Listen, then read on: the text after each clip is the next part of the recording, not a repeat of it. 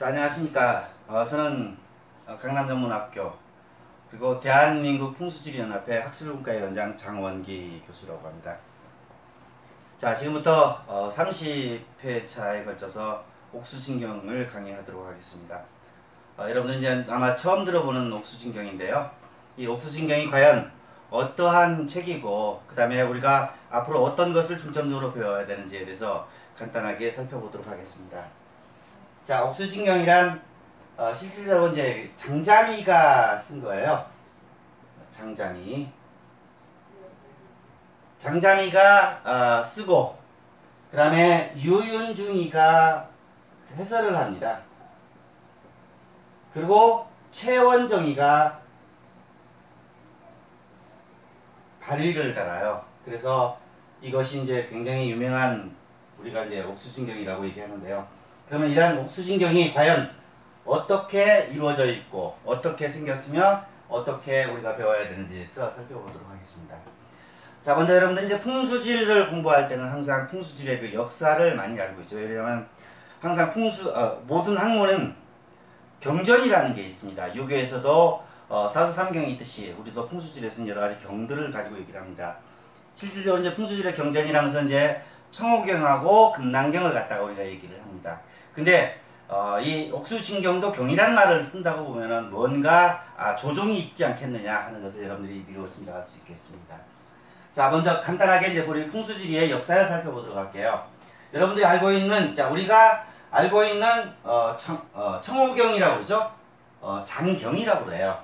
그래서 청호 선생이 이제 청호자가 썼다 해서 이게 200년도에 만들어진 경입니다. 그리고 약 한 70년 뒤, 50년 뒤에 곽박, 진나라, 한나라 때의 청호자가 장경, 즉 청호경을 쓰고 그 다음에 한 50년 뒤에 진나라의 곽박이 금난경이라는 책을 씁니다. 우리가 알고 있는 장서라고 그러죠. 같은 장자로 해서 장서, 장경이라는 책. 그래서 청호경을 경이라고 그러고 그래서 장경이라고 했습니다.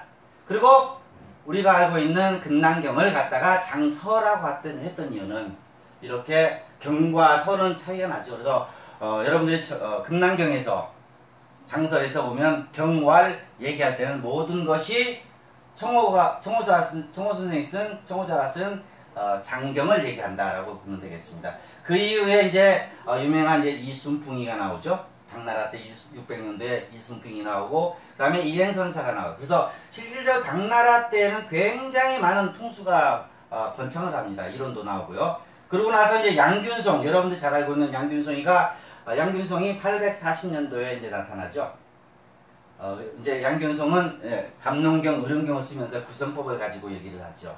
그리고 증문천이 나오고요. 그래서 양균송과 증문천, 유광동을 갖다가 우리가 이제 삼려촌에서 세 사람이 모여서 공부를 했다 해서 삼려촌의 유래가 여기서 나오는 걸 보면 당나라 때는 가히 풍수가 굉장히 발달되어 있었다. 그 중에서도 이 일행선사 같은 경우는 이제 당나라의 국사이면서 중국의 모든 청량을 다 합니다. 풍수적으로. 그래서 풍수가 굉장히 발달됐던 것을 볼 수 있어요. 그리고 나서 이제 여러분들 요금정이 나오고요.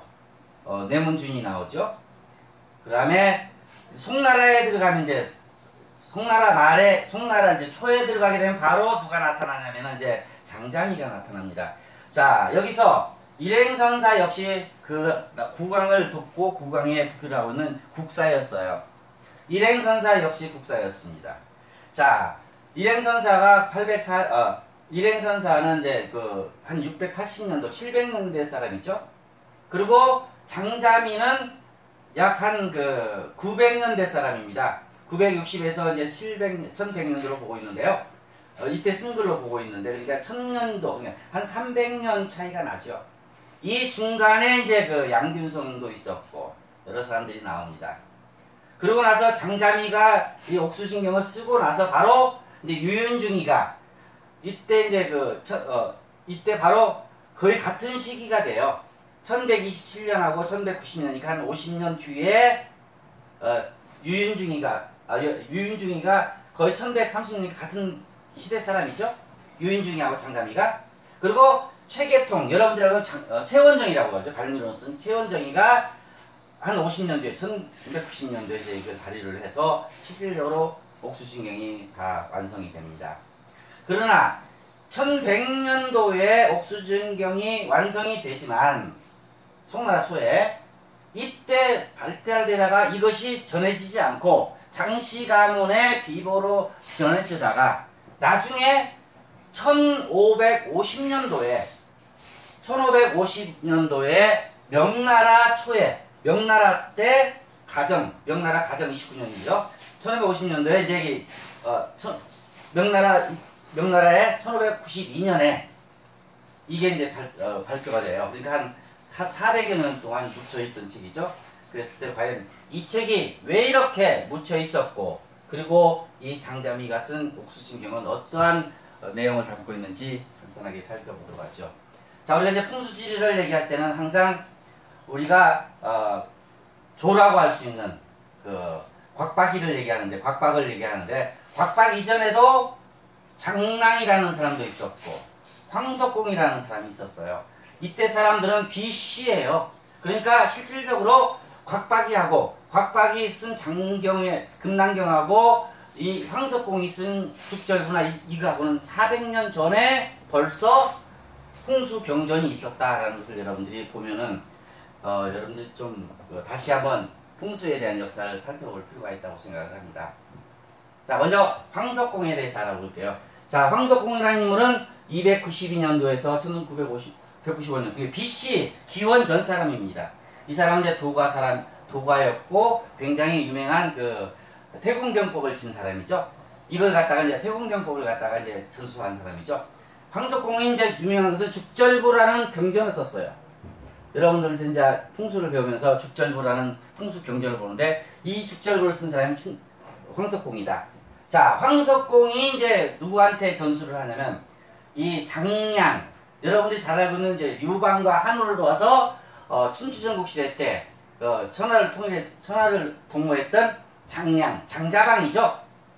장자방을 갖다가 우리가 장랑이라고 합니다. 장랑이 실은 황석공이한테 풍수를 배웁니다. 자, 이것을 보면 참 재밌는 대목이 나오는데요. 여기에 보면 이제 황석공이하고 장량이가 하는 과정을 이렇게 그림으로 그려놨죠. 자, 원래 이제 그 장자방이죠. 장량은 진시 황제에 의해서 선조가 나라가 망하게 됩니다. 그래서 이 나라가 망하니까 진시황을 시해하려고 몇 번 시도를 하다가 결국은 시해를 못하고 도망가서 합이라는 곳에서 이제 은둔 생활을 합니다. 그때 이제 노인을 만납니다. 도인을. 이 사람이 바로 황석공이었어요. 이 황석공이 처음 만났는데 다리 밑으로 신발을 던집니다. 3번이나 던져서 주워오라고 그래요. 자, 그러고 나서 다음날 아침에 오면 내가 너희를 병법을 알려주겠다. 즉 병법을 알려주겠다고 하면서 얘기를 합니다. 그래서 장량이 그 다음날 또 갑니다. 아침 일찍 하는데 1시간 전에 황석공이가 와서 얘기를 합니다. 스승이 먼저 왔는데 너는 제자가 안 된다. 그래서 다시 돌려보냅니다. 이렇게 3번을 하고 나서야 비로소 그 앞에서 얘기했던 이 경전을 전해주죠. 태공병법을 갖다가 장자방이한테 전해줍니다. 그리고 이 장자방은 태공병법을 가지고 항우와 유방을 도와서 천하를 통모하는 사람이 됩니다. 그리고 이 장자방이 이제 그러면서 황석공은 얘기를 합니다. 내가 죽고 나면 13년 뒤에 네가 길을 가다 보면 산기슭에서 노란 돌을 마주칠 테니까 그 돌이 나다. 황석이죠. 그래서 13년 후에 만났어요. 길을 가다 보니까 노란 돌을 봤어요. 아, 이게 황석공 스승이구나 해서 나중에 같이 이제 황석공 장자방의 그 무덤에 묻었다는 그러한 얘기도 있습니다만, 이렇게 해서 황석공이라는 사람이 나타났죠. 자, 이렇게 보면 이 황석공은 죽절부를 썼죠. 그 다음에 이 장자방 역시 유명한 풍수서적을 씁니다. 적정경을 쓰죠. 이 적정경 역시 풍수서적이에요. 죽절부도 풍수서적이에요. 그러면 황석공의 이론을 장량이가 전수했다, 이렇게 볼 수 있는 것이죠. 자, 그러면 도표를 다시 한번 볼까요? 자, 그리고 이러한 적정경, 장자방이가 쓴 적정경이 어디에 나타나냐면 BC 200년 전에 썼던 이러한 책이 장씨 가문으로 인해서 옥수진경에 같이 나타납니다. 뒤에다가 옥수진경을 쓰면서 장자미가 쓰면서 붙임을 합니다. 이렇게 적정경, 적장경이죠. 적정경상 해가지고 이거 뭐냐? 대한나라 때의 제사 장자방이가 쓴 거다라고 나와 있죠. 장자방이가 쓴 적정경을 붙이는데 나는 누구냐? 나는 대송국사 32세 손이다. 즉 장자방의 32대 손이 여기 동현이라고 나오는데 동현은 장동현은 장자미를 얘기를 합니다. 장자미 즉 장랑은 장자미 옥수진경을 쓴 장자미의 31대 손이 스승이다. 저기 조상이다는 얘기예요. 자 결론적으로 황석공으로부터 장랑으로 와서 이 가문에서 이루어진 것이 옥수진경이다. 자 그런데 재밌는 게 중간에 당나라 때 일행선사가 나타나죠. 자 일행선사는 굉장히 유명합니다. 달마 일장경을 썼죠. 이때가 일행선사가 역시 이름이 이제 뒤에서 보겠지만 장수예요. 어떻게 보면 장씨 가문에서 내려온 비서가 마지막으로 장자미가 풍수서적을 만든 것이 옥수진경이다 이렇게 볼 수 있죠. 자 그러면 여러분들 일행선사가 나왔으니까 일행선사하고 도선국사하고를 한번 살펴봅시다. 자 일행선사는 683년도에 태어나서 727년에 돌아가셨어요. 도선국사는 827년에서 898, 즉 한 100년 차이가 나요. 그렇죠? 자 여러분이 잘 알고 있는 우리나라의 도선국사가 일행선사한테 풍수를 배웠다고 하고 하는데 이렇게 100년 되는데 배웠겠어요? 아마 일행선사가 쓴 풍수 이론을 배워왔을 것이다. 즉 도선의 풍수 이론은 일행선사의 이론을 가져왔고 그래서 이게 우리나라 현대까지 왔는데 일행선사의 이론은 실질적으로 이제 옥수진경을 보면 옥수진경은 일행선사의 적정경과 장량의 적정경과 일행선사의 오행론을 갖다가 써요. 그러니까 장자미는 분명히 일행선사의 오행을 갖다 썼다 했으니까 어떻게 보면 일행선사의 오행론, 풍수이론이 이 옥수진경에 다 들어왔죠. 자, 일행선사 이론은 우리나라에서는 도선국사에서 현재까지 넘어와서 도선풍수 통맥법이라는 걸로 들어와 있고 자, 중국은 일행선사 이론이 장자미로 왔는데 여기서 끊어져 버려요. 누가 나타나죠? 중간에 증문천 양균성이 나타나서 이 구성법에 의해서 일반 풍수가 발달하면서 이 옥수진경이 끊어집니다. 그 이유가 뭐냐는 얘기죠. 그리고 왜 우리나라는 일행선사의 이론을 그대로 받아들였느냐. 그리고 그렇다면 무엇이 정통이냐 하는 얘기죠. 자 여기서 여러분들 하나 알아둬야 될 것. 그 전의 이론은 장자미가 국사를 쓸 때까지 왕실의 이론은 전부 다 오성을 기준으로 했어요. 그러나 이 양균성은 그 난리를 피해서 풍수서적을 왕실의 원래 사고직이었어요. 이 풍수서적을 가지고 삼려천으로 들어가서 증문천과 유광동이와 같이 공부를 하죠. 그래서 풍수를 하는데 이때 여기서 했던 것이 구성법이죠. 전부 다 구성을 가지고 얘기를 하죠. 자 그러면 왕실에서는 오성을 했고 일반가에서는 구성을 했었다. 즉 정통은 오성이라고 볼 수 있어요. 그래서 우리가 알 수 있는 옥수진경에서도 오성천변론부터 오성부터 나오는 이유가 이렇게 오성에 관해서 정확하게 얘기를 했었다는 것을 여러분들이 알고 가시면 굉장히 중요하리라 생각합니다. 자 이게 흠정사고전서. 흠정이라는 말은 왕의 명령에 의해서 만든 것이다. 청나라 때 만든 거죠. 청나라 때 왕의 명령에 의해서 만든 그 사고, 그러한 책에 장서가 나와요. 이렇게 곽박이 쓴 장서가 나오고요. 또 여기에는 이제 11개의 풍수서적이 나옵니다. 그래서 우리가 풍수서적이 진이냐 가냐를 얘기할 때는 사고전서에 있는 것이냐 아닌 것이냐를 얘기를 하는데 재미있는 것은 여러분들이 잘 알고 있는 발미론이 있죠. 이 발미론도 이 사고전서에 들어가 있어요. 자, 여러분들이 알고 있는 발미론은 최원종이가 지었다고 알고 있죠. 그러나 이 최원정이가 만든 것이 아니라 최원정이 아버지 최발이가 있어요. 최발이 발미론을 만들고 최원정이한테 넘어오면서 최원정이가 부침한 거죠. 더 덧붙여서 얘기한 건데 사고정서에는 최원정이 아버지의 발미론이 들어갔다. 즉 이처럼 최씨 집안에 최원정이하고 최원정이는 옥수진경을 이제 발휘한 사람이죠. 그래서 이 옥수진경을 보면 거의 다 이제 최원정의 이론이 굉장히 많이 들어가 있어요. 자, 다시 한번 봅시다. 그래서 여기에서 여러분들 이제 일행선사 얘기를 하니까 조금 전에 제가 왜 일행의 이론이 뒤에 오도됐고 우리나라 것들이 왜 오도됐느냐 하는 것을 살펴볼게요. 일행선사 이름이 나와서 쭉 나와요. 일행선사는 속명이 장수다. 즉 원래 이름이 장씨 집안이죠. 장수다. 그리고 쭉 부친이 누구다 쭉 나와요. 그리고 중국 역사상 제1차 대규모적 땅을 측량했다. 풍수로. 풍수가였고 국사였어요. 이렇게 당나라 때 왕성했었는데 자 그때 당시에 그러고 나서 또 하나 얘기가 있어요. 자 당나라 때 강력이 왕성해서 부샤오 와이꼬 수제 많은 외국 사절들과 승인 학생들이 와서 광범위하게 지식을 구하는데 그 중에서 유독 풍수술에서만 외국 인사들이 좋아하더라. 당나라에 와서 문물을 배우고 학문을 배워가야 되는데 유학생이나 승려나 모든 사람 아마 그 중에 한 사람이 우리나라에서 당나라에 갔던 아마 도선의 스승도 그랬겠죠. 도선 국사의 스승도 그랬겠죠.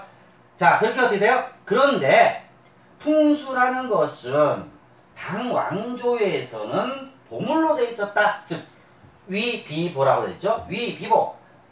자 비문의 보물이었다. 그러니까 여러분들 금난경도 그러한 금보자기에 싸서 왕만 봤었죠. 그래서 금난경이라고 했던 거예요. 자 이처럼 보물이었는데 당나라 유학생들이 전부 다 풍수술만 배우고 있으니까 당나라 왕국에서 가만히 있겠어요? 자기네 비보가 외국으로 나가는데 그래서 당 황실에서 특별 명령으로 뭐라고 해요? 천문지리의 학식이 높은 일행선사의 차기성명이라고 나와요. 일행선사의 이름을 빌려 시해하 써라. 어떻게? 초우 잘못된 풍수 문장을 써라. 자 이게 멸망론입니다. 일행선사가 쓴 게 아니라 당 왕실에서 외국 사람들이 전부 다 풍수만 배워가니까 안 되겠다. 이것이 우리나라의 비본데 보물인데 그래서 다르게 써서 사신들한테 줘서 공부하도록 합니다. 자 여기서 보세. 자 청랑서를 증문천은 양균성의 제자죠. 양균성이 같은 증문천은 뭐라고 얘기하냐? 대개 일행이 외국에다가 잘못 전달을 해서 그 잘못된 오행이 전달됐기 때문에 그로 인해서 잘못됐다라고 얘기를 해요.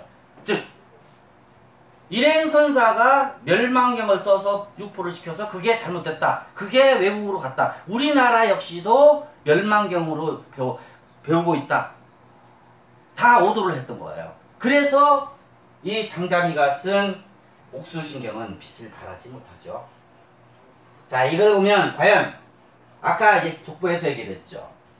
장랑으로부터 장자방으로부터 일행선사로부터 장자미까지 내려오면서 쭉 정통으로 내려왔는데 이 과연 일행선사가 이름을 써서 이거 했다고 해서 중국은 실질적으로 어떻게 보면 중국은 일행선사 장자미 이후에 이게 1100년도에 옥수진경이 나오고 1500년도 1550년도 나오니까 이 400년 동안은 옥수진경이 안 나왔던 거예요. 그러니까 실질적으로 어떻게 보면 중간에 잘못된 것들인데 우리는 중국이나 우리나라 사람들은 전부 다 일행선사 이론이 그리고 이런 것들이 전부 다 멸망경이라고 하는 것은 잘못됐다.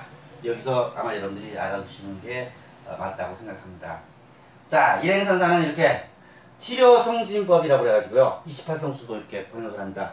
자, 현종 황제 개원 초에 대동병지하, 즉 병력을 이끌고 동쪽으로 가던 밤에 이러한 것들을 씁니다. 그래서 28성수를 갖다가 해설하는 책도 있고 하는 거 보면 특히 달마일장경을 썼죠. 그래서 풍수지리에 굉장히 능했던 사람이다라고 볼 수 있어요. 이 경전은 실은 이제 풍수서적이 될 수 있는데 불교에서 이제 경전으로 내리는데 우리가 풍수에서는 안 보고 있죠. 자, 그러면 여기서 다시 한번 정리를 하죠. 장량부터 일행선사로에서 장자미까지 내려왔던 거. 그리고 이 장자미 옥수진경을 유윤중이하고 최계통, 최원정이가 했다. 자, 그러면 여러분들 최원정이가 누구냐? 자, 그렇죠. 그러면 한번 옥수진경이 어떤 건가를 봅시다. 이게 이제 1550년도에 발표된 목판본이에요. 이것이 이제 그 1592년도에 발행했던 건데 여기에는 이제 그 누가 썼다라고 나와 있거든요. 이때 1550년도에 최계고가 하계고가 했다라고 이게 빨간 글씨로 있어요. 근데 여기는 장경선이라고 해서 그냥 장경을 선했다, 여기에서 했다라고 밖에 안 나와요. 그리고 보면은 하계고라는 사람이 1550년도에 만드는 것이 명확하지 않겠느냐 하는 거고요. 그리고 하계고를 찾아보면 이렇게 1588년도에 11살에 11년에 만료 11년에 과거에 급제했다는 걸 보면은 하계고가 1592년도 50년도에 발행된 걸로 볼 수 있어요. 자, 그래서 여기 보면은 이제 그 유윤증 앞에서 이제 얘기를 했죠. 실질적으로 이제 그 옥수진경은 장자미가 만들고 그 다음에 유윤중이가 해설을 합니다. 그리고 최원정이가 발의를 하는데 이 유윤중이라는 사람이 누구냐? 장자미하고 거의 같은 시대 사람이에요. 동시대 사람이에요. 이 사람이 얘기를 하는 거 보면 참 재밌어요. 서문에다 이렇게 써놨어요. 내 나이 45세에 천문지리학을 알기 시작했다. 즐겼다. 그러다가 쭉 이거 오성을 보니까 오성이 너무 좋더라. 그런데 장자미 책이 좋더라. 그리고 그런데 이런 것들은 예측하기도 비밀을 장세하게 후인들이 전해지지 않았더라. 그래서 유감스럽다. 그래서 내가 이것을 해설한다. 서문을 쓴다라고 합니다. 그때 마지막으로 45세 이후에 11년이 지나 그때 이제 그 유윤중이가 금능에 갑니다. 유랑 갈 때 모산에 가서 도사 곽수일이를 만난다는 말이 나와요. 앞에서 장경을 쓴 사람이 곽박이었죠. 즉 곽수일은 누구냐? 자칭 곽경순의 후예라고 한다. 얘기를 해보니까 굉장히 현묘하더라.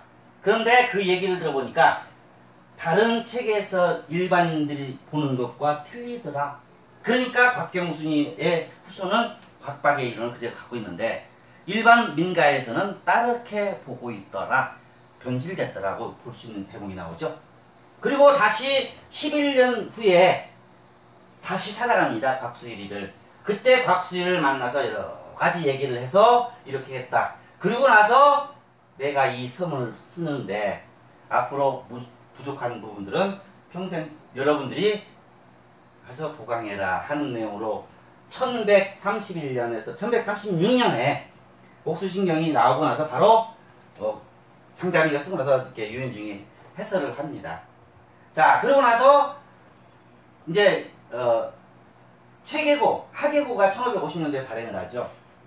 이제 하계고는 이것을 1550년 400년 후에 발행을 하면서 여러 가지 얘기를 합니다. 막 곽경순이도 있고 곽박이도 하고 이런 건데 실질적으로 학문들이 잘못되어 있더라. 음양의 추측이 잘못되어 있고 그 다음에 일반 수상애들이 잘못됐더라. 그런데 장자미가 이것을 갖다 전부 다 했는데 이 옥수진경이란 자 유윤중이 그것에 주석을 달고 최계통이 최원정이가 발의를 달았다. 굉장히 명백했다. 그리고 옥수라는 말은 정이 있다. 진경이라는 말은 아주 당연하다. 정이 있고 아주 당연한 책이 옥수진경이라고 얘기를 하죠. 그리고 자기가 이 수학진공인한테 시켜서 같이 해서 이 책을 만들어냈다라고 이렇게 나온 거 보면은 이 책은 최원정이, 유윤중이, 장자미 세 사람의 작품이다 라고 여러분들이 볼 수 있는 거죠. 자, 그럼 여기서 제일 중요한 최원정이가 누군가를 봅시다. 아마 최원정이 하면 여러분들 이제 발미론을 알고 있는데 발미론을 쓴 사람은 실제로 채발이에요. 저기 아버지가죠. 아버지가 채발이죠. 이 사람이 발미론을 쓰고 채원정이가 발미론 부침을 해요. 이것을 더 해설하죠.